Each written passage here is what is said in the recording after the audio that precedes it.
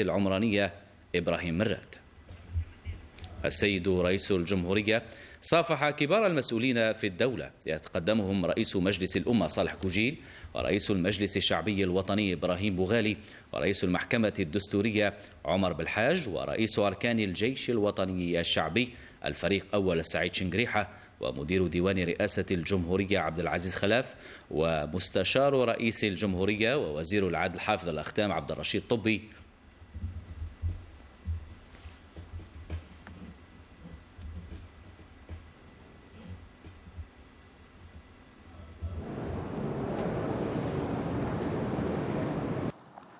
السيد رئيس الجمهورية. ليشرف السيد رئيس الجمهورية على افتتاح لقاء الحكومة مع الولاة الذي حضره إلى جانب أعضاء الحكومة وولاة الجمهورية إطارات سامية في الدولة.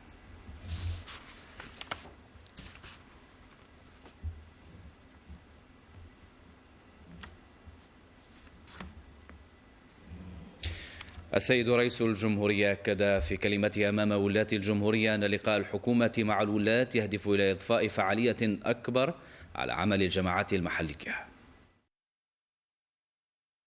لقاء الحكومة بالولاة بعد تكريسه كتقليد دوريا هاما للحوار، وهو اللقاء الذي يهدف إلى إضفاء الفعالية على أداء الجماعات المحلية وإلى متابعة تنفيذ القرارات المتخذة في مختلف القطاعات برؤية جديدة تهدف إلى إحداث التغيير اللازم في الذهنيات والمفاهيم من خلال القضاء على الممارسات البيروقراطية والطفيلية.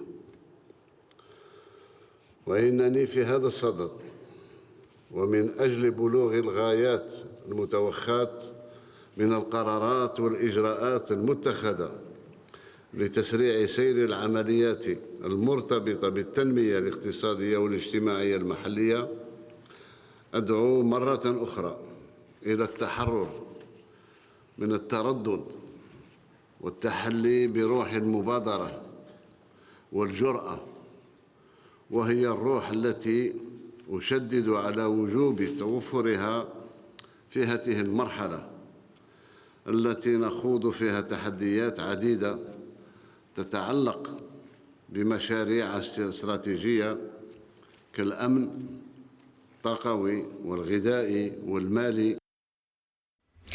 كما نوه السيد رئيس الجمهورية بمجهودات الولاة نظير إسهاماتهم في تحقيق نتائج إيجابية في ظرف وجيز. مشكورين أغلب الولاة اللي شاركوا في حل مشاكل ولا شبه مشاكل اللي كانت تعوق دون تسيير بعض المؤسسات الاقتصادية لأسباب بيروقراطية، وربما لأسباب كانت تتطلب اجتهاد في القانون الإداري وغيره. إذن مشكورين، وديك نتائج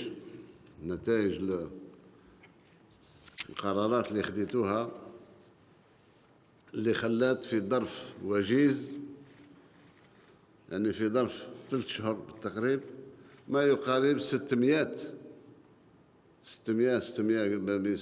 و700 وحدة اقتصادية مجهرية صغيرة متوسطة وكبيرة، يعني فتحت وبدات تمارس النشاط نتاعها وخلقت مناصب شغل ما يقارب 52,000 منصب شغل في وقت اللي كان فيه تقهقر عالمي الاقتصاد العالمي، وكان فيه صعب حتى الصمود أمام الموجة اللي جات نتاع البطالة ونتاع. السيد الرئيس وفي معرض حديثه عن الإنجازات المحققة جدد عزمه للمضي نحو تدعيم المكاسب التي تحققت خلال السنوات ال3 الأخيرة. وأؤكد هنا بأننا ماضون بلا هوادة في هذا المسعى لدعم المكاسب التي تحققت في بلادنا خلال السنوات ال3 الأخيرة، إذ سيظل عملنا في تحسين عيشة المواطن تحسين مستمر، ويبقى في صدارة الأولويات الملحة التي تشمل كذلك ترقية أداء المرافق العامة وتحسين الخدمة العمومية ومواصلة رفع العراقيل عن الاستثمار واستعادة العقار غير المستغل والدفع بالقطاع الفلاحي لتحقيق مستويات إنتاج أفضل وخلق مناصب شغل للشباب وتشجيع إنشاء المؤسسات الصغيرة والمتوسطة وغيرها من متطلبات التنمية المستدامة. وضمن المكتسبات التي تحققت، كشف رئيس الجمهورية عن تحقيق نسبة ناهزت 7 مليارات دولار من التصدير خارج المحروقات، وهو رقم تحققه الجزائر لأول مرة. أول مرة في تاريخنا احنا نصدر أكثر من الشيء اللي كان يعني بالتقريب سنويا.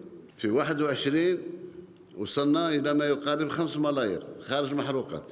في 22 وصلنا إلى ما يقارب 7 ملايير خارج المحروقات، ونتمنى إن شاء الله باش تتضاعف أكثر في السنة هذه اللي أنا فيها.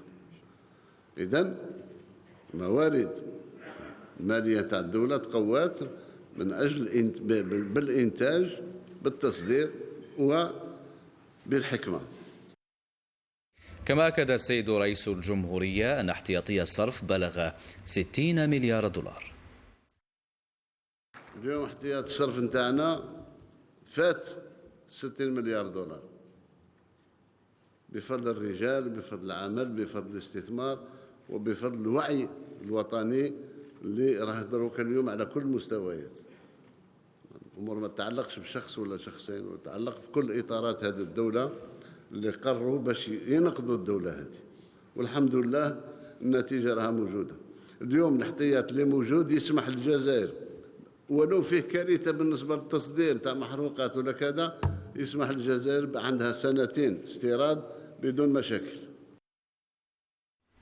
كما جدد السيد رئيس الجمهورية التزامه بحماية الولاة ودعمهم وتعزيز صلاحياتهم.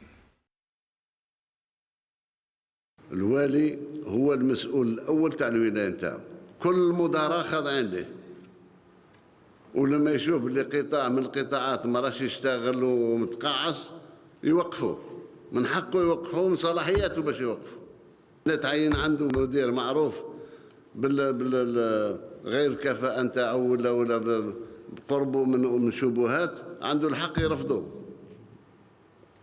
الوالي يمثل الدولة على مستوى الولاية كرئيس حكومة، هو رئيس حكومة. رئيس الجمهورية أكد أن الجزائر ستنتج زيت المائدة بنسبة 100% خلال سنة 2023.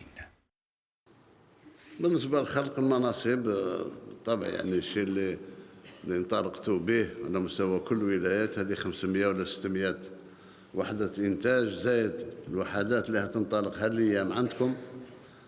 فيه سنة 23 يكون فيه إنتاج قوي، أنا متحقق منه إن شاء الله.